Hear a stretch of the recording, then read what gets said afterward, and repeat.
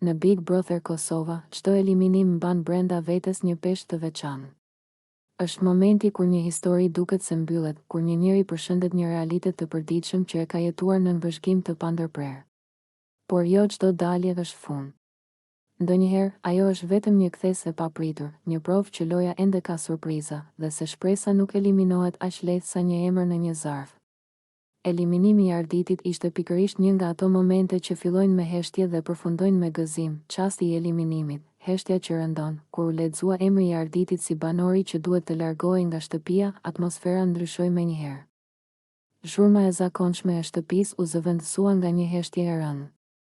Banorët e ndjen boshllukun përpara se ai të ndodhte. Sepse Arditi nuk ishte thjesht një konkurrent, ai ishte një pikë ekuilibri, një njeri që kishte ditur të dëgjonte, të qetësonte dhe të qëndronte mes konflikteve pa i ndezur ato. Eliminimi i tij nuk u përjetua si humbje loje, por si ndarje emocionale. Arditi përballë daljes, dinjitet dhe qetësi. Në momentet e fundit brenda shtëpisë, Arditi nuk kërkoi keqardhje.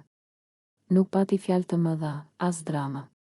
Ai u përshëndet me banorët me qetësi, duke treguar se e kishte pranuar vendimin si pjesë të rrugëtimit. Kjo qasje vetëm sa e shtoi respektin për të. Dalja e tij ishte e heshtur, por e rëndë. Sepse kishte ende shumë për të thënë, shumë për të dhënë, shumë për të jetuar brenda atij ambienti. Banorët pas largimit, shtëpia që zbrazet, pasi dera u mbyll, shtëpia nuk ishte më e njëjta. Në fytyrat e banorëve lexohej mungesa. Disa u ulën në heshtje, disa u përqafuan, disa të tjerë thjesht shikonin bosh. Arditi kishte qenë shpesh ai që dëgjonte, ai që ndërmjetësonte, ai që qëndronte pranë kur dikush kishte nevojë për fjalë. Eliminimi i tij krijoi ndjesinë se diçka e mirë ishte ndërprer para kohë, zarfi i dytë dhe pritja e së papriturës. Por Big Brother nuk është vetëm eliminim. Është edhe surprizë. Dhe pikërisht kur banorët menduan se historia e Arditit kishte marrë fund, u hap një kapitull i ri, bileta e fatit. Asnjë prej tyre nuk e dinte se çfarë do të ndodhte. Vetëm tension, pritje dhe një ndjesi e çuditshme se loja nuk e kishte thënë ende fjalën e fundit. Rikthimi, momenti që shpërtheu shtëpinë, kur u bë e qartë se Arditi po kthehej sërish në shtëpi, emocionet shpërthyen. Gëzimi ishte i menjëhershëm dhe i sinqertë.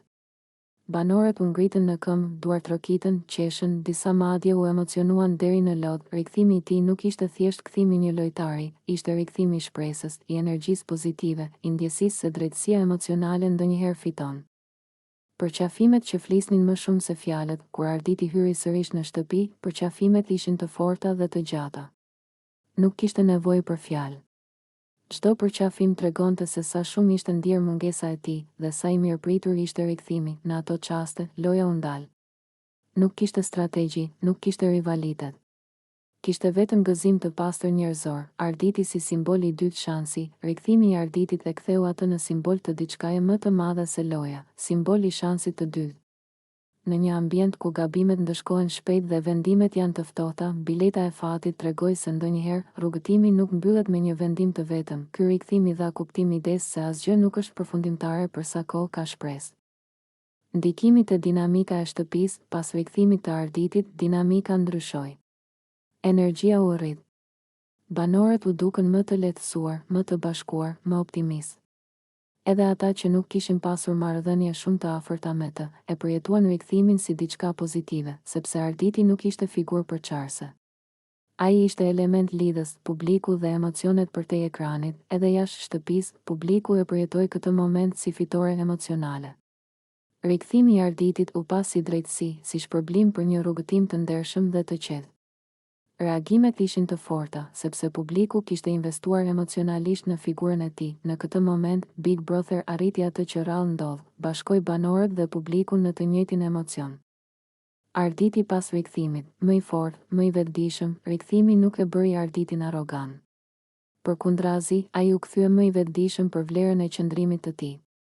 Ai e dinte se kishte marrë një shans të rrallë dhe se duhej ta jetonte me përgjegjësi. Ky përjetim e forcoi si njeri dhe si konkurrent. Përfundim, kur gëzimi bëhet kolektiv, eliminimi i Arditit dhe rikthimi i tij përmes biletës së fatit është një nga ato histori që e përkufizojnë Big Brotherin jo vetëm si lojë, por si eksperiment emocional njerëzor.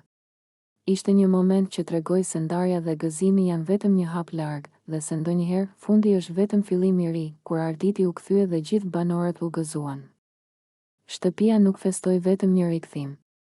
Ajo festoi shpresën, bashkimin dhe idenë se në këtë lojë, si në jetë, ndonjëherë fati vendos të japë edhe një herë derën e hapur.